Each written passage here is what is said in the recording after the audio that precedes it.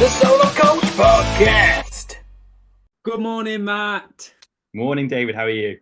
I'm fantastic, and it's wonderful to have you here. So, good morning, good afternoon, and good evening to everyone who's listening. And welcome to the Solo Coach Podcast, Matt. I'm very happy to be here. Thank you. Great to have you here. So, to introduce you, I met Matt Leonard at a business networking event recently in Wakefield, where we had a very insightful conversation about changing careers and our shared experiences of leaving one career for another. So Matt's a former NHS doctor turned mortgage and protection advisor. Matt decided to change careers during the pandemic when he felt he was on the wrong path.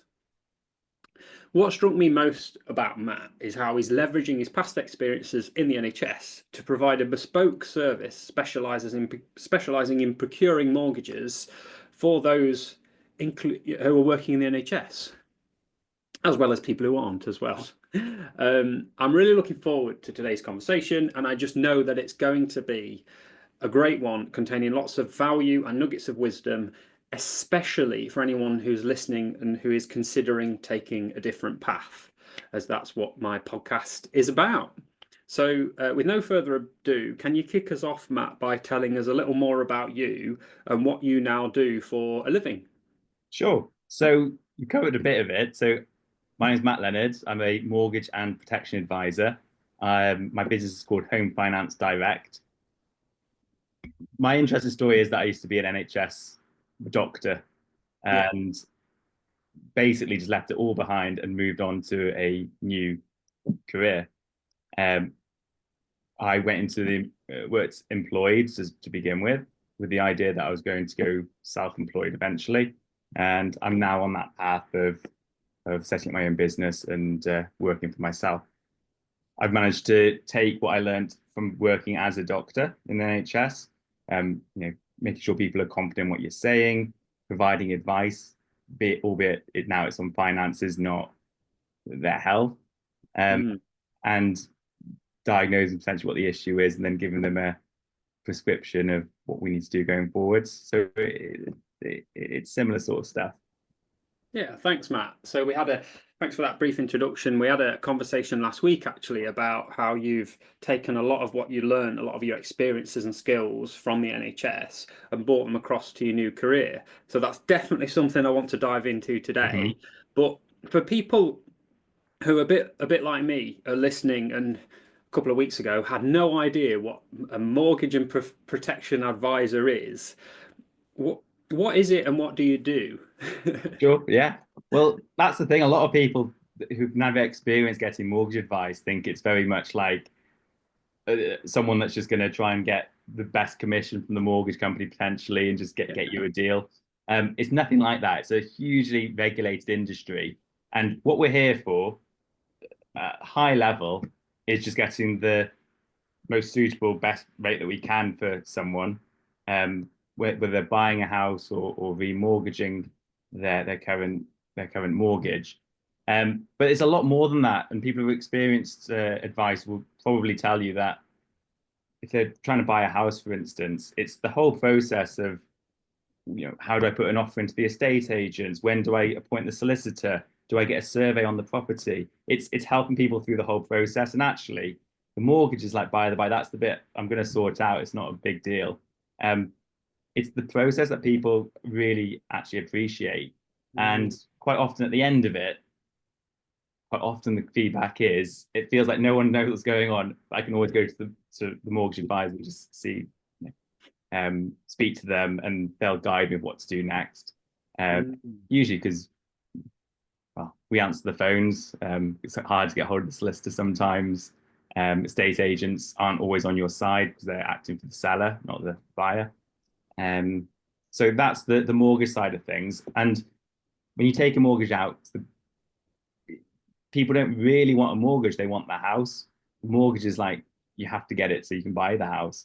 At the end of the day, it is like the biggest debt that someone's ever going to take out usually.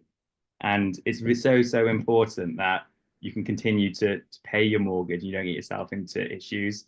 One of the most common reasons people stop paying their mortgage is because their income dries up. And why does the income dry up? One reason is for like redundancy.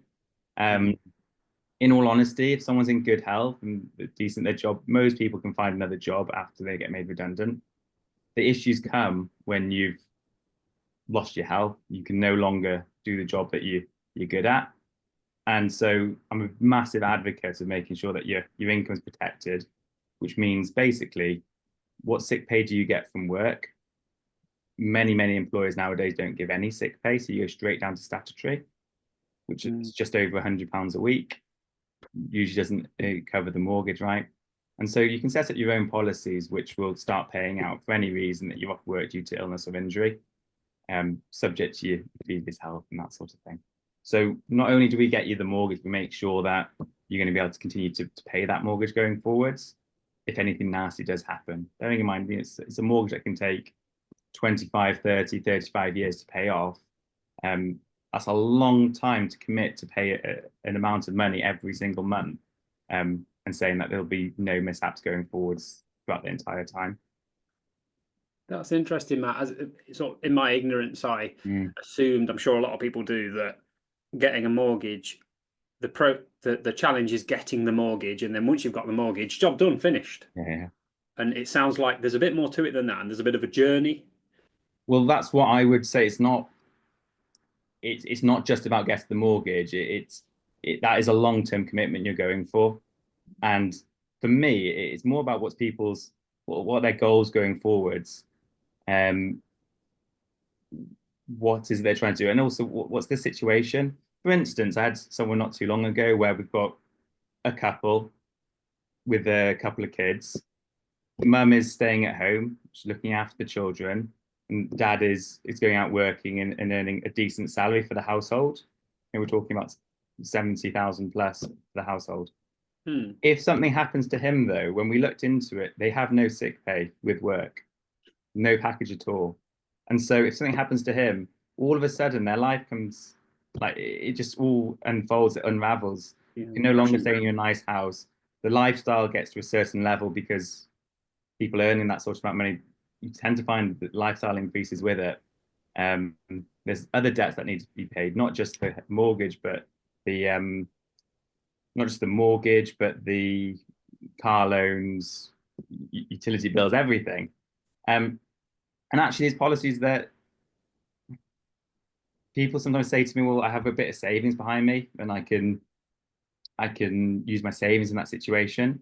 And when I was employed, I was in a very similar situation. I had a bit of savings and I still had a sick pay policy because I didn't want to spend my life savings in the situation I couldn't work due to illness or injury. So I kind of thought of it as a protection against my savings, if anything. But on top of that, that's all well and good if you're unwell for, say, 6 months and you can cover it. What happens if it's 2 years? What happens if it's 20?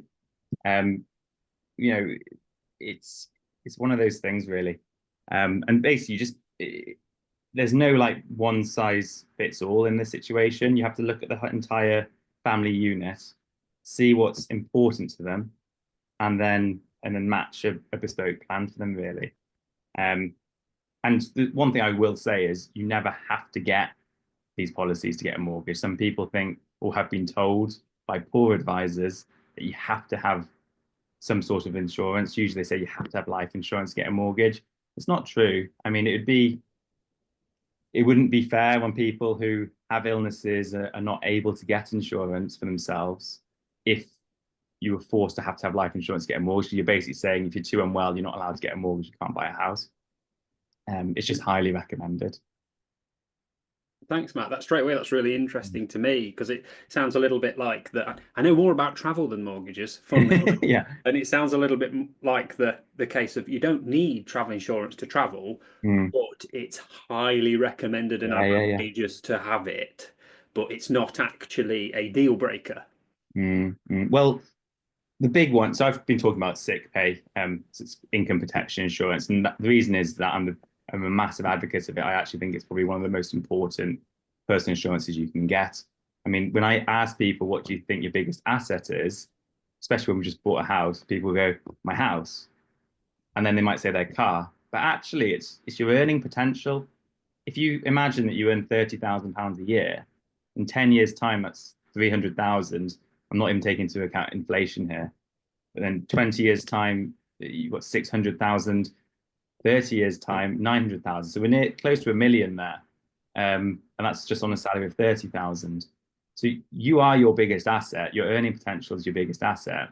And I find it wild that we're walking around, some people walking around with no sick pay. And yeah, it only takes, a horrible diagnosis like cancer, heart attack, stroke, a road traffic accident, and everything changes.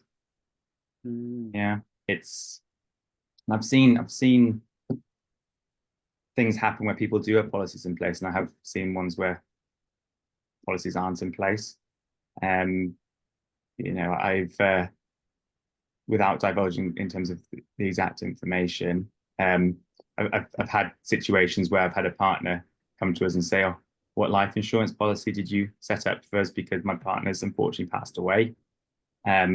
It was some sort of tragic accident," and looked at the notes, and my heart sank because there was no life insurance policy set up. Now, I knew that I would have spoken to them about it, and there'd be a reason why either health issues stopped them from getting life insurance, or they turned around and said they didn't want it. And went back to the notes, looked at my notes. They could get life insurance. I had the price there. I remember it was £12.50 circled. They said they'd think about it. I sent them an email to follow up, and they said, "We thought about it. It's not for us." Now, the really sad thing about that is now the kids have not just lost their dad, but also the house is going to be taken away from them because they can no longer afford it. They would have had the life insurance policy, it would have paid off the mortgage, and they could, obviously it's still horrendous, they've still lost their father, but at least still got their family home. So now wife's asking, how can we keep the house? How can we stop this from happening? And unfortunately, it's too late at that point. And so that for me is the big motivation to make sure that everyone at least makes an informed choice when they buy a house of what is available to you. What are the consequences of not having that policy?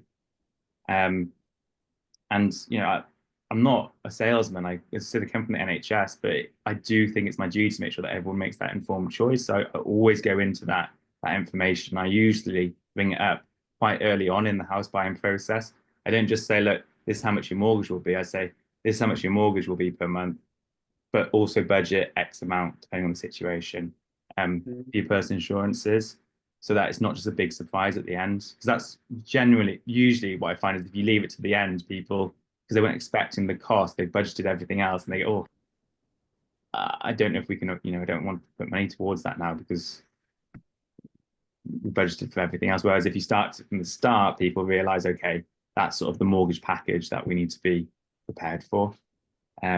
So a lot of my clients are well protected in that regard. So that's what protection means. And just to put a nicer story, say nicer, it's not nice because someone's become unwell, but to put another story out there, I have had a client who's a young mother, bought a house, we set up what's called a life and critical illness policy. And unfortunately, she developed some sort of cancer, and policy paid out, the whole mortgage was paid off. Husband could take time off work to help look after, take to hospital appointments and things. She made a full recovery, which is brilliant. But I hate the thought of people getting into some serious situations where they can no longer work. And then we're having to make decisions of what we can do based on finances, based on losing our home. Yeah, it's people can get into very, very horrible decisions. I mean, something that stuck in my mind now that I'm in this industry is that when I worked at the NHS, I did a good amount of time working in cardiology. And so people come with heart attacks, things like that. And we'd really commonly say, we'd like you to take 12 months off work. We'd always caveat it with, if possible. And when I actually thought about what that if possible means, that's all to do with money. And if people did go back to work within 12 months after a heart attack, the chance of having another one doubled. And again, it's all to do with money, that is, because if money wasn't an option, of course you take 12 months off. Thanks, Matt. I love the way you answered there with the worst case scenario story and a best case scenario in terms of insurance. And I do want to definitely come on to, the elephant in the room, which is this mammoth decision you made to move from a doctor to a mortgage advisor. Yeah. But before we do, there's a story you shared with me in our last conversation, which I wondered if you'd share it for our listeners, about, broadly speaking, some of the challenges that particularly young couples who are first-time buyers face in this completely alien process of going out, finding a house they want to buy, saying yes to it, and then having to come up with the funds to put into a deposit and buy it, and how you are able to support them with that process, not just in terms of the financials, but all of the kind of squidgy bits and the difficult and awkward conversations that go on around that process. Yeah, of course. So again, I like to answer questions with some recent examples. And so what I'd say is you'll see there's lots and lots of people who'll deal with mortgages and protection. And some people I'd say is a classic mortgage broker, whereas I like to think of myself as an advisor. A mortgage broker and an advisor, we've got the same qualifications. We can technically do exactly the same thing. What I would say a mortgage broker work is more like someone comes to you and they go, I want to buy a house for 120,000. I want to put £10,000 down. And they go, yes, okay. They put it into the computer and they go, this is the best deal for you. Now, I've used those specific figures because it's a very recent example I've had. I had some first-time buyers come to me, both 21, and they said, we're buying a house for 120,000 and we're putting £10,000 down. We actually do have a mortgage offer already from our mortgage broker, but my dad's not happy with the interest rate. We're just wondering if you can beat it. Now, straight away, I said, look, if I was your advisor, I'd be saying, can you come up with another £2,000 here? Because if you can get an extra £2,000, your deposit goes from 10,000 to 12. Now you've got 10% deposit on this £120,000 house. And actually your rates will get a lot better just because of that. Now, when I brought it up, they were like, yeah, we've got another like 20,000 in the bank. We were going to use some of it to do the house up, but yeah, we can put another £2,000 down. And actually, I calculated that putting that £2,000 down over 5 years because of the reduced interest rate, it was going to save them just over £3,000 in interest. And bearing in mind, it's not £2,000 they've spent; they've got a £2,000 lower mortgage now. So if they were to sell the house, they still have that £2,000. So it's just moving that money from the savings account into what I would call the house account. So you haven't spent £2,000; you've just put a bit more of it towards the deposit, and because of that, you save £3,000 overall for interest.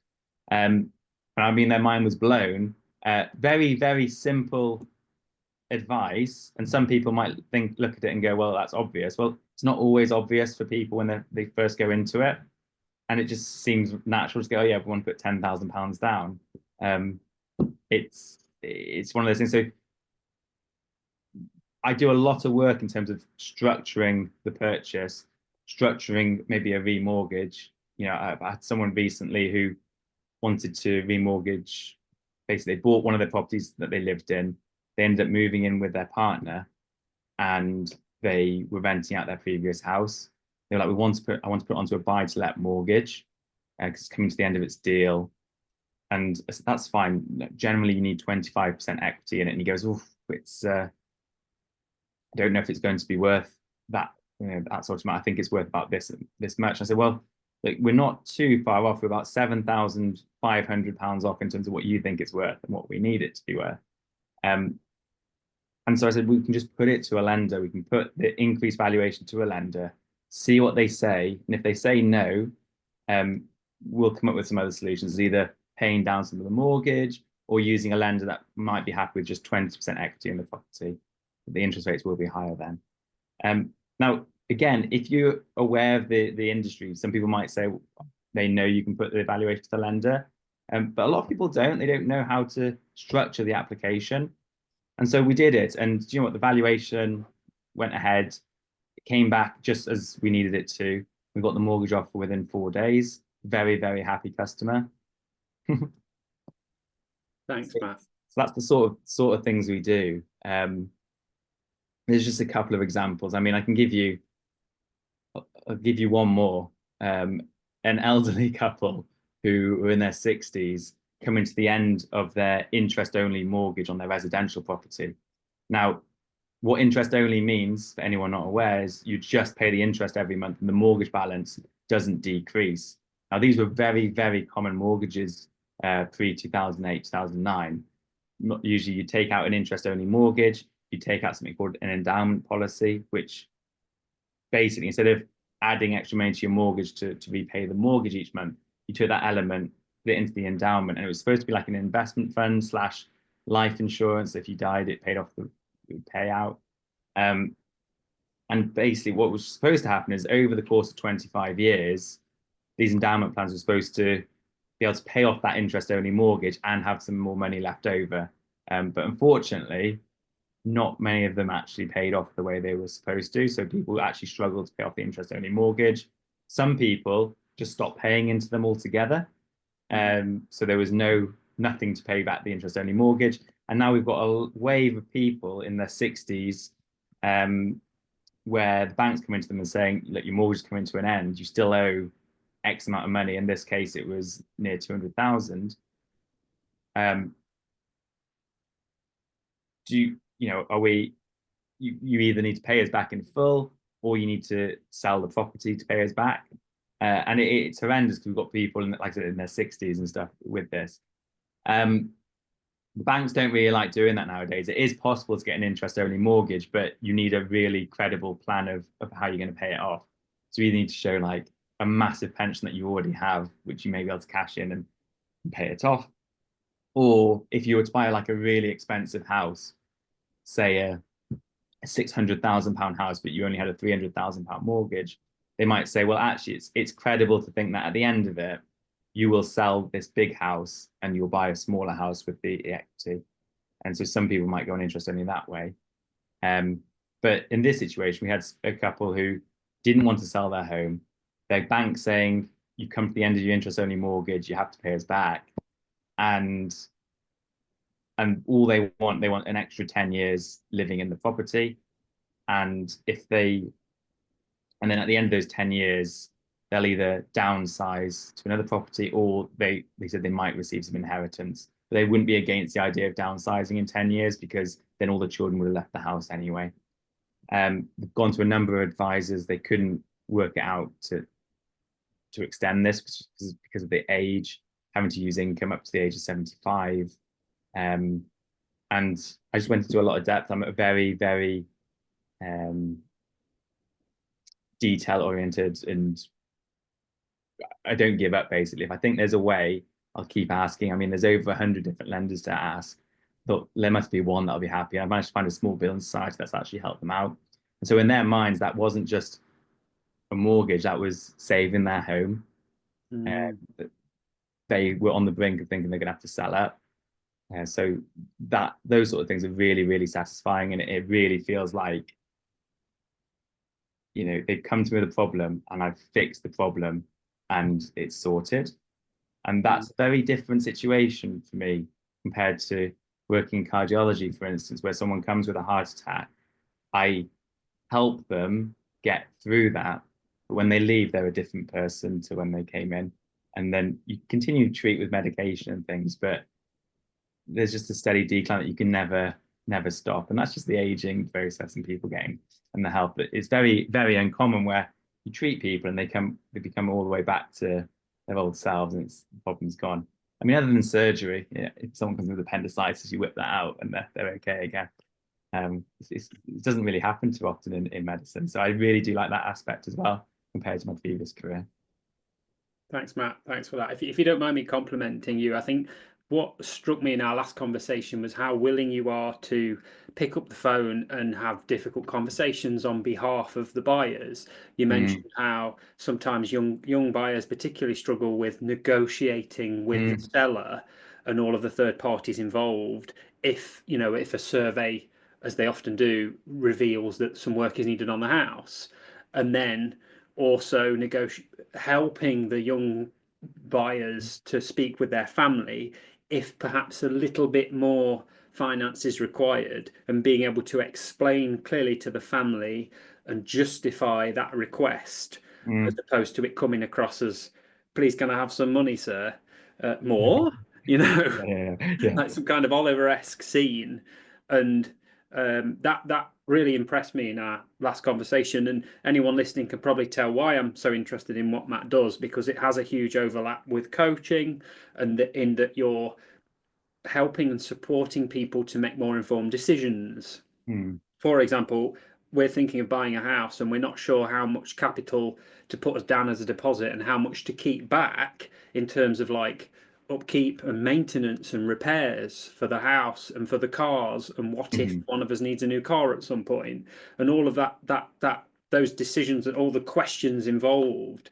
I'm assuming that that's something you would help us with if we were your client, to come up with a clearer picture and make a more informed decision and come up with the right figure rather than plucking one out of thin air. And that sort of thing gets asked quite a lot, because quite often people do have more savings they're willing to commit to a deposit, because you don't want to blow your entire savings on it if you can help it. There are situations where people have been saving for years and just want to get the house, and once they're in, they start saving again. You are in a sticky situation there. If something happens, that's where the protection side sometimes comes in, or just spent all your savings. But then people will say, well, how much money should I put towards it? How much should I keep back? And quite honestly, usually the answer is it depends on the house you end up buying. If you buy a house that's ready to move into and you don't need to do any work to it, you can probably commit a bit more deposit there. It also depends on, again, things like sick pay and stuff with work. And also just what you feel comfortable with. It's a weird thing that people have where you get comfortable with the amount of savings you have in your bank account. And if you keep saving, you start getting more comfortable with a bit of a higher figure in there. Once it drops below it, you start feeling uncomfortable. There's something inside that's like, oh, I just don't feel right. And that's where some coaching and comes into play, really. Talking about, well, actually, I know you don't feel right with it going below, I'm just making a figure at like £15,000, but why don't you feel right? What do you think might happen that you might need that much money? And just running through things like that. The deposit side that you mentioned, I think a figure came out the other day. Something like 1 in 10 people buying a home are using the bank of mum and dad for the deposit. Now, I think that's probably a low figure if you compare it to the amount of first-time buyers needing the bank of mum and dad for a deposit. So they were looking at the entire market there. Usually, once you're on the ladder, you can use the equity from your house to deposit for the next one. I wouldn't want to put it. It's close to 50% of people that I'm helping that are first-time buyers who get some help from their parents. And one of the things I do speak to people about is not being afraid to ask for help, because there are a lot of people who go, oh, my parents would never give me money. They're not like that. I say, well, sometimes when you go to them with some firm figures, you say, I've spoken to a mortgage advisor, this is how much we can afford, but this is how much deposit we would need. Sometimes they're a lot more willing to lend you that or gift you that money compared to you saying, I need £20 to go down the pub or to go out. And I know not every family is in a position to help. I'm not saying that at all, but sometimes unless you ask the question, you'll never know. And it might be that actually, no, we don't have enough money to give you a deposit for that, but we could give you £3,000 towards it. Or do you know what you can then aim towards getting a house a bit sooner? And some people have been so petrified of asking their parents before. This is what you've said, is I've actually said, well, do you want to bring them all down to the office and we can speak about that? And we have a good conversation about it. And actually that ends up with them saying, yeah, well, it makes a lot of sense for us to give you that money. In that situation, it was someone who only had a 5% deposit. The interest rate was really quite high. Reason being is they had a slight credit issue. So a lot of the mainstream lenders weren't willing to take that risk on the low deposit. The higher deposit you have, the more lenient they are on your credit file. And so we were looking at more specialist lenders. So the interest rate was quite a lot higher. And it was something crazy, like if we can get you to 10% deposit, we could save you. It was something like £6,000 over just 2 years, something like it was something crazy like that. And I think mum and dad had to give them an extra 10,000 towards it. But as I said, they saved £6,000 in interest in 2 years. And so they were like, yeah, it's crazy not to. Now, it was a gift. They signed it over as a gift. I don't think that the kids had to pay the parents back. However, even if they did decide like an informal arrangement of, actually all that saving, we're saving from that, we'll give it to you back. The majority of it was actually could be given back to the parents just in interest savings. So instead of giving it to the bank, give it back to the parents. So it's just opening up ideas of what options are available to people. And people just don't know what you don't know. Same in anything. And sometimes when you think you know everything, that's when you're in a really dangerous spot, because you're not willing to listen to anyone else and take any feedback or change your ways.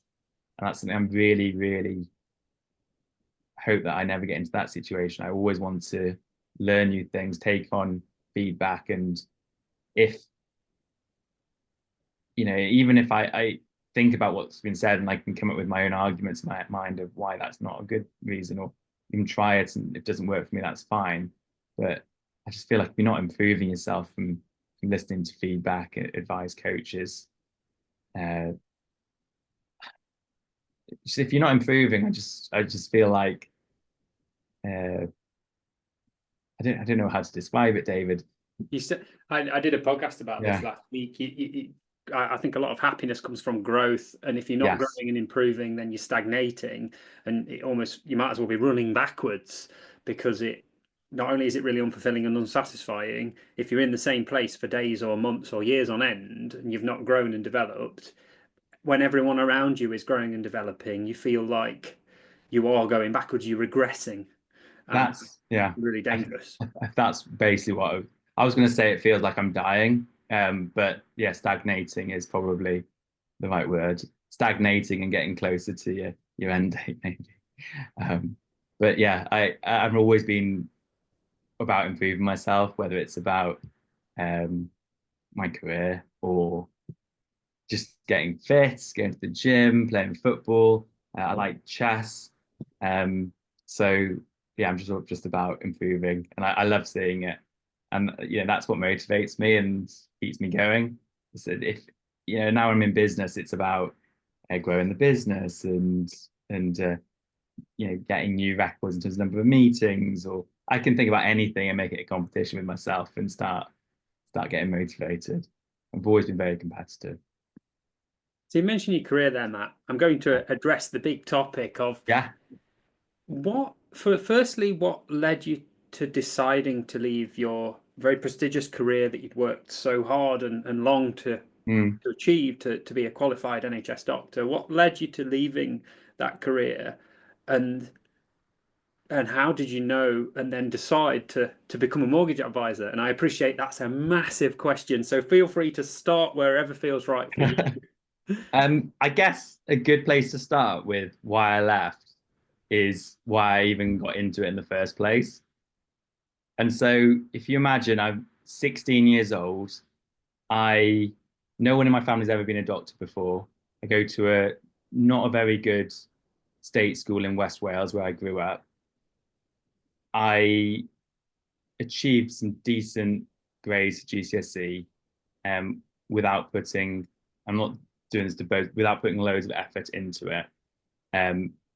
And then the questions start, well, what are you going to do? You can do, and I've got no guidance. You could do anything with these grades.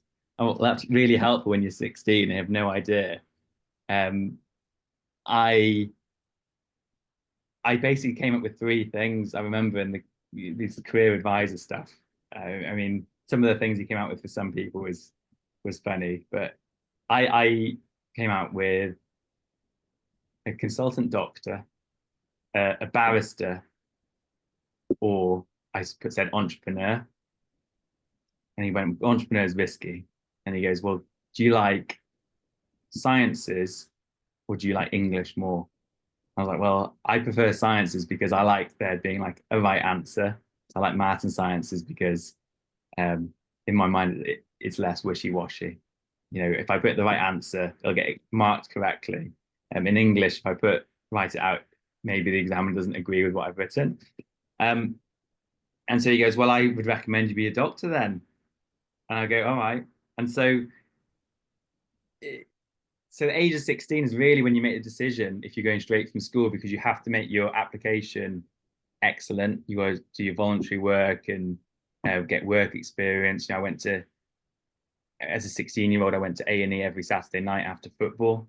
I shadowed a doctor there, did that for a year, just get like an idea of how it works. But again, it's a really sheltered way of looking at it when you're 16.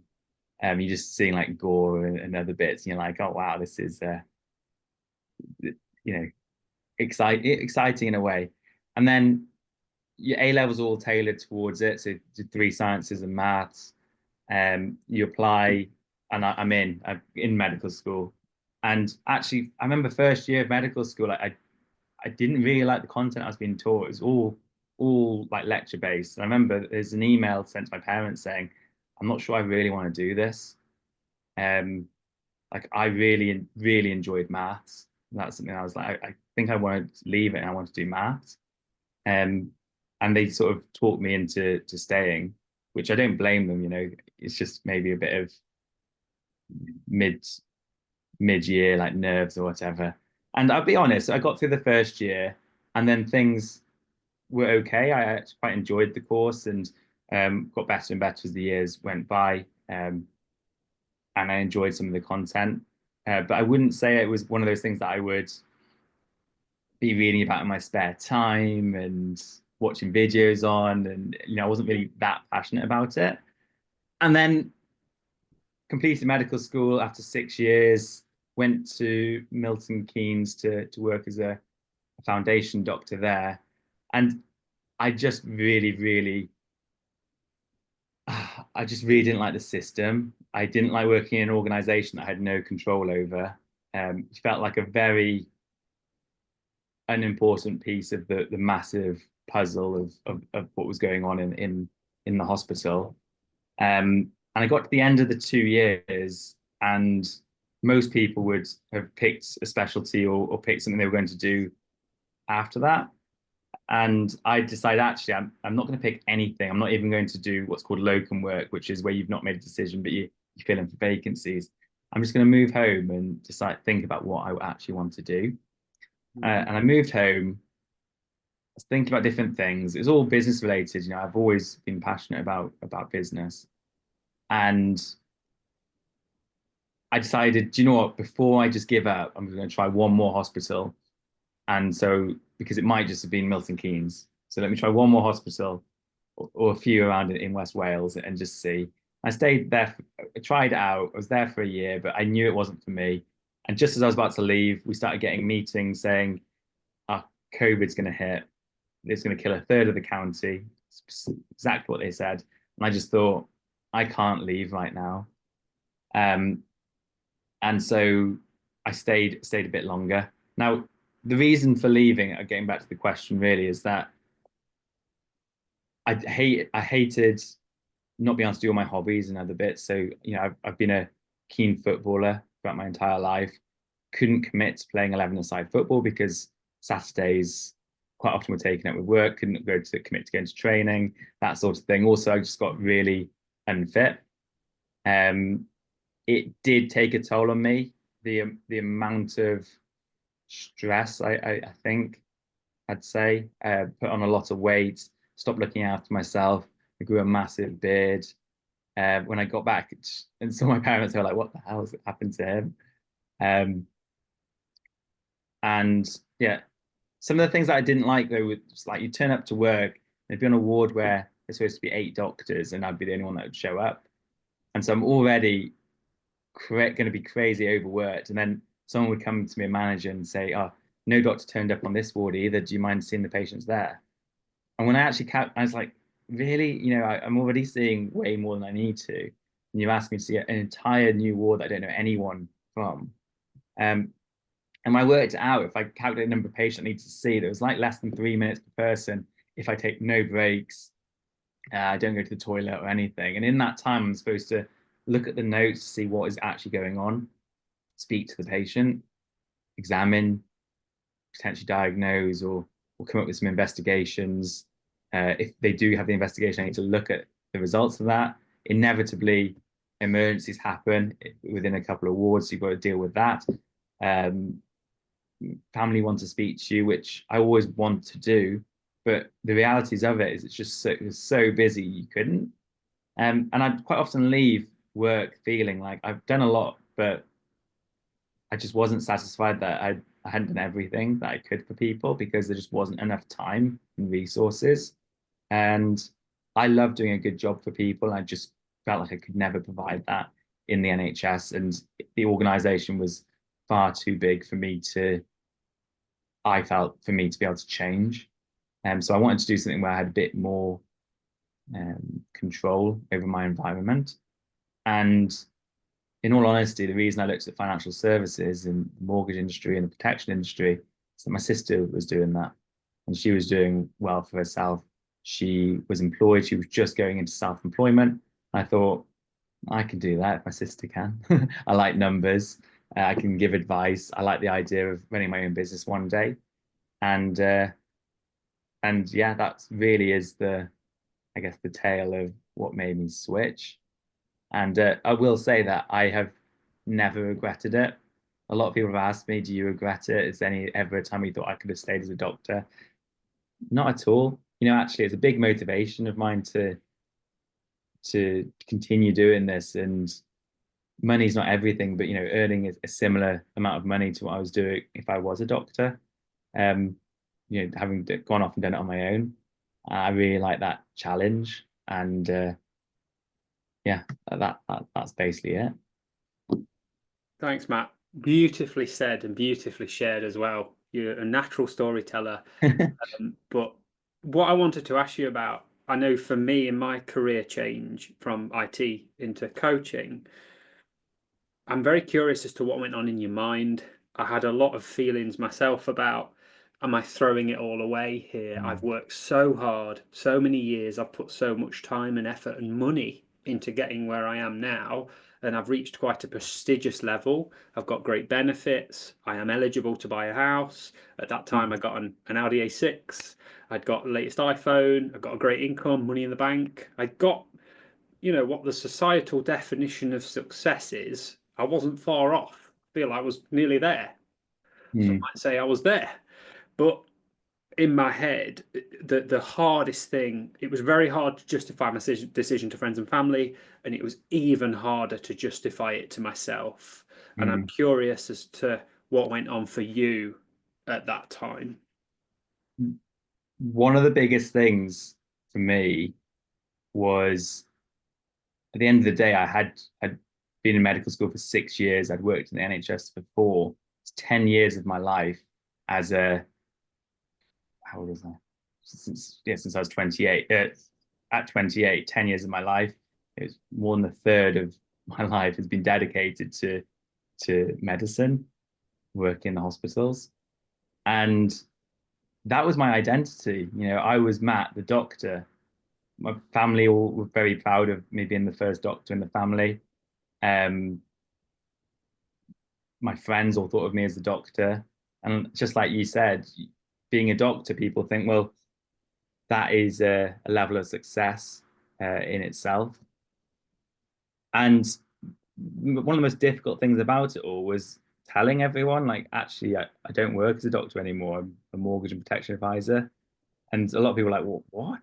How's that happened? And they think of it as a massive step down.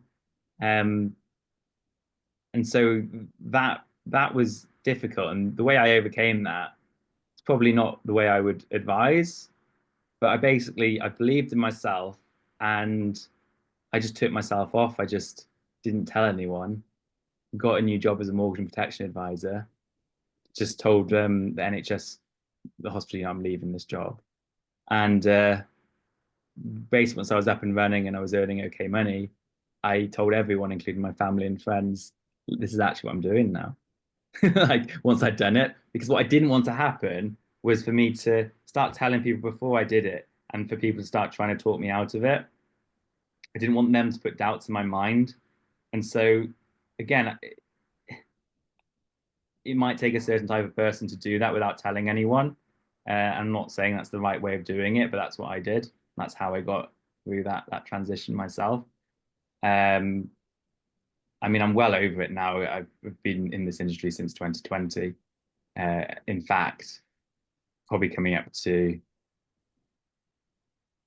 yeah, I mean, I've been a mortgage and protection advisor longer than I worked as a doctor, if you actually look at it like that, in terms of when I was actually qualified as a doctor. So, so yeah, it's becoming more of a distant memory. Let's put it this way: I wouldn't want to work as a doctor now. I've forgotten a lot of that.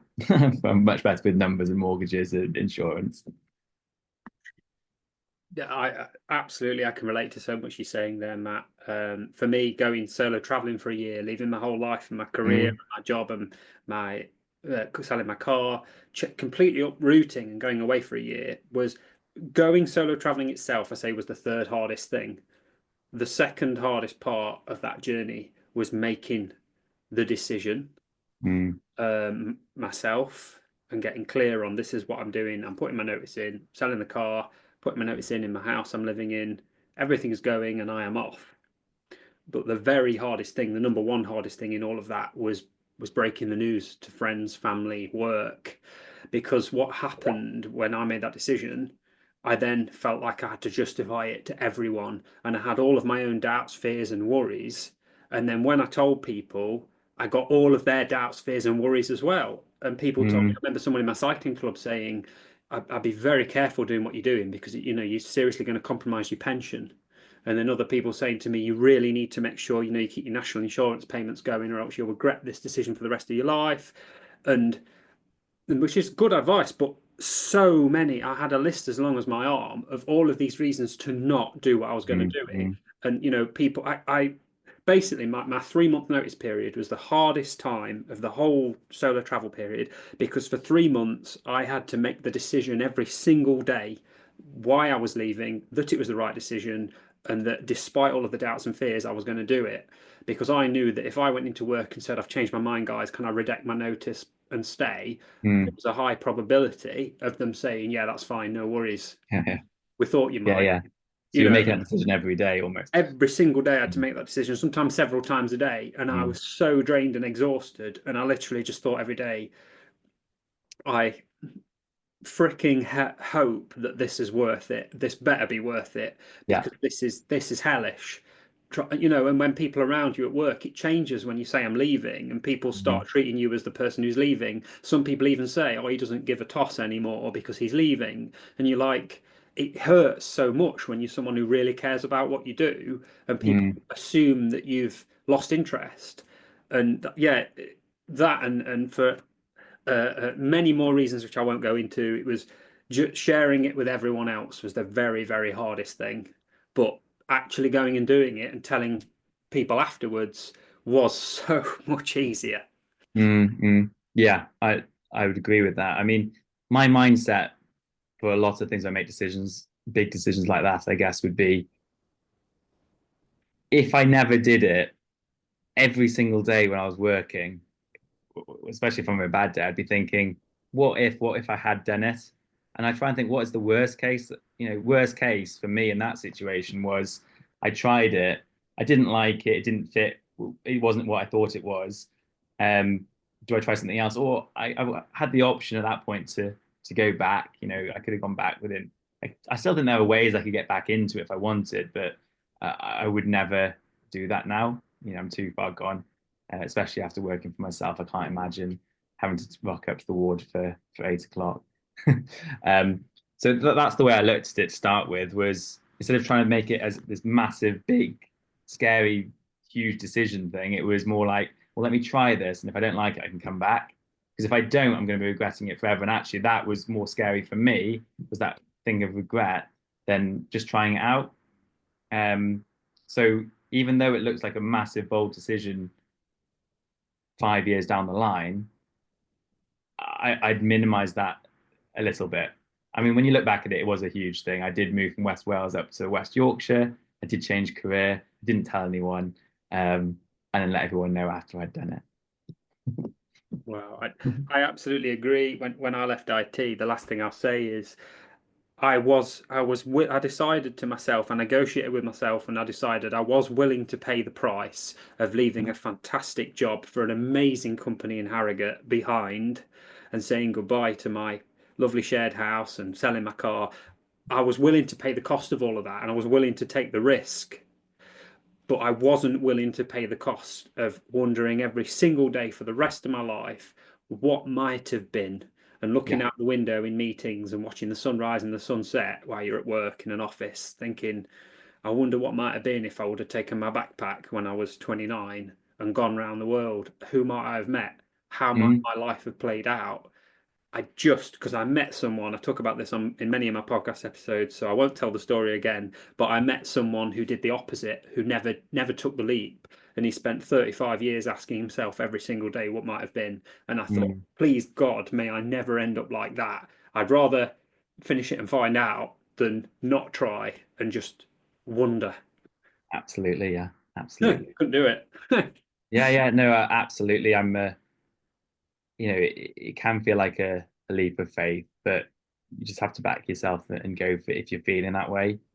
And it does get to that tipping point, like you say, of just that feeling of that regret that you could potentially experience compared to what you could potentially get. Um, and so, yeah, I mean, I live with no regrets now about that decision. I've never regretted it. I mean, every day when I wake up and I open up my emails and I have a cup of coffee, I just think how grateful I am compared to when I used to go into work and nurses would come up to me and go, nobody's seen this patient all night, and this person's really unwell, and can you rewrite this drug chart? I'm just like, and I haven't taken my coat off at that point. Just go in, and the stress just starts from the start and just continues throughout. Whereas now there are stresses, of course. You're dealing with transactions where there's high emotions involved, but at the end of the day, these aren't life or death situations. Um, Usually things can be solved. I have a lot more control over it. And so even though sometimes there is bad news to break, mortgage application's been declined, normally I'll follow that up with it's been declined, but this is what I recommend we do going forwards, and there's a solution there. Um, and so yeah, and I always have that thing in the back of my mind of this isn't as stressful as what I've experienced in the past, and it generally does help. Just like when I break bad news, it doesn't happen often, to be honest. But if I do have to break bad news, it's nothing compared to the sort of bad news I've broken in the past to people. So, so yeah, it gives you a different outlook on life. Definitely working in NHS. So yeah, and as we start to draw to a close, I Yeah. just want to start by saying just a huge shout out from me and the podcast to all NHS workers and healthcare Mm, workers. Infinite respect for you all, and I'd say it is, for me, it's the single best reason to live in the UK is the National Health Service. Not just saying that because my partner's a doctor, but yeah, and I'm sure you'd second me on that, Matt. oh yeah, absolutely. Yeah, I'll tip this to you. Oh, Cheers. cheers. Cheers. Took tea everywhere. Now, so as we start to draw to a close, I want to ask you if someone's been listening and perhaps they're in a career. I'm going to use the example of a solicitor, as I met someone the other week who, at the same event where I met you, someone who Mm, was a solicitor had worked so hard to be in that position. Their whole identity was wrapped up in being, for example, Anita the solicitor. If Anita the solicitor has reached that point where she's at a crossroads and thinking, I want a career change and I've decided I want to go off and work in a charity, for example.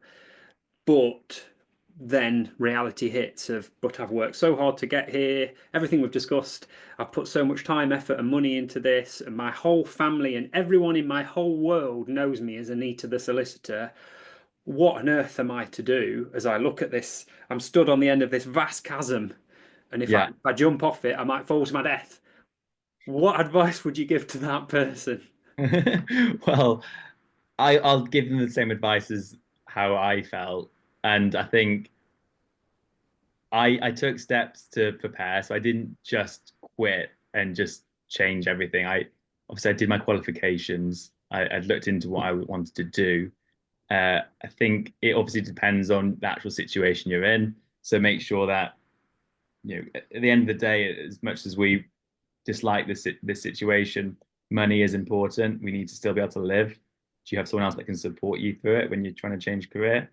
Or do you need to have some backing behind you? Do you need to start living a bit more frugally so you can build up some cash reserves, so that you can spend the time to make that transition? So important to really think and speak to people about what it is you're looking for in your new career. I guess that's where, David, you might come in, speak to people, because you might be trying to get away from one thing and you're just stepping straight into exactly the same thing in the next career. Maybe there's something else that's the reason you're not liking what you're doing at the moment. Could that be sorted first? And then if you need help in terms of actually changing career, as I just said, I would think about what's the worst case scenario. What happens if it doesn't work out? Majority of people can go back into the same career they were in before. You may not want to. You may want to try and do something else. But for me, that gave me a lot of confidence in what I was doing. I just thought, well, if it doesn't work out, I'll just go back and do what I was doing before. What's the harm in that? If I don't do anything, I'm stuck doing exactly the same thing I'm doing right now. But at least I would have tried. So that's my snippet of advice. But again, I'm not an expert in it. I've done it myself. I've only got my anecdotal experience of it. But I hope that helps someone. Definitely, Matt. I think it's, and I will say, if anyone's listening, if they're looking around, if you find yourself looking around and every single job on the planet looks more appealing than yours, and I've been in that position myself, then it might be time to have a discussion with someone like myself, a career coach, life and business coach, etc. Because very often, if we find ourselves in one position and we assume, well, the polar opposite of where I am is going to be better. For example, me, I was doing a civil engineering degree, which I hated, and I literally looked at and applied to a driving instructor school thinking this is going to be better because it's the polar opposite of what I'm doing now and anything will be better. But in reality, the extremes are probably not going to hold the answer and not going to be right. The answer is going to be somewhere in the middle that's going to have elements of both. So this is what I'm working with several clients on at the moment, is trying to find out what lies in that mushy grey area in the middle that includes areas of their current career that they've done for a long time. So clearly there are good things about it, and also elements of something different, something new, something unknown. And I just want to shout out to you again, Matt, for leveraging your skills and experience from the past. And, you're now solving a problem that you came up against, which was people in the NHS struggling to get mortgages because they've got very complex job. What's the word? Yeah, the income pay structure. Yeah, the pay structure, and it's a bit of a dark art. So you're now able to specialize in working with them, and no doubt being able to connect with them over your experiences of being in their shoes, but in order to help them find a mortgage. So you're leveraging what you've done in the past in a way that you enjoy doing now. So huge respect for you for what you've done. And to sort of close out, if someone's been listening, really interested in you and what you do, where can they find you? How can they get in touch? Sure. So my website's www.homefinancedirect.com. I'm on Facebook, Home Finance Direct, or you can just search myself, Matt Leonard. You might find me. Got a tick next to my name. I pay per month for that at the moment. You're welcome to speak to me if you've got anything in terms of buying a house, remortgaging, or even if it is about my career change, you want to talk a bit about that, I'm more than happy to discuss that with you too. Definitely. I would encourage people to give Matt a follow on the social medias, as his content is not just a sales pitch. It is really valuable and it's genuinely really interesting. And I've learned a lot from reading your posts that I didn't know. For example, you don't need life insurance to buy a house. I didn't know that before, and you reminded me of it today. So really recommend giving you a follow and having a conversation with you, because you are a great guy. And it's been a pleasure today having you on the podcast. Thank you very much, David. I've enjoyed it.